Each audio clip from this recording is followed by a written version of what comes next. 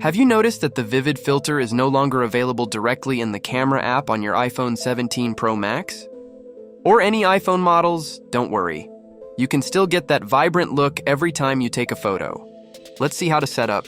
First, open your iPhone settings, then scroll down and tap the camera app. Then tap on Formats. Here, select Camera Capture, Most Compatible. Then go back to your iPhone camera app. Then take pictures and open it.